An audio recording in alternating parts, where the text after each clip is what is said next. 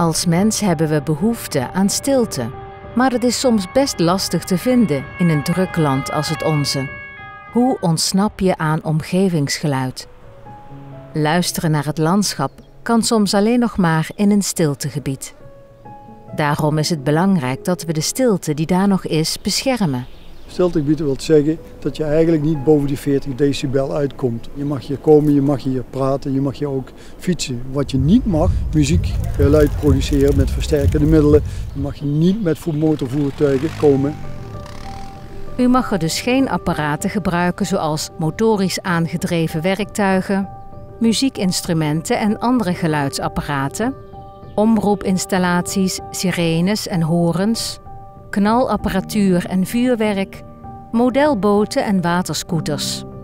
Gemotoriseerd verkeer buiten de openbare wegen en terreinen is niet toegestaan, dus niet off-road. Toertochten of wedstrijden met motorvoertuigen en bromfietsers zijn niet toegestaan. Mensen die klachten hebben kunnen natuurlijk zich melden via de politie, maar ook via de klachtenlijn en meldformulier van de provincie. Meldingen en vanuit het publiek wat zich begeeft in een stiltegebied is superbelangrijk. Is het van dermate dat we zeggen we moeten sanctioneel op gaan treden, dan kan dat ook. Een gebied is nooit iets aparts. Het hoort bij onze leefgemeenschap. Als we zulk gebied kunnen koesteren, is dat voor ons allemaal.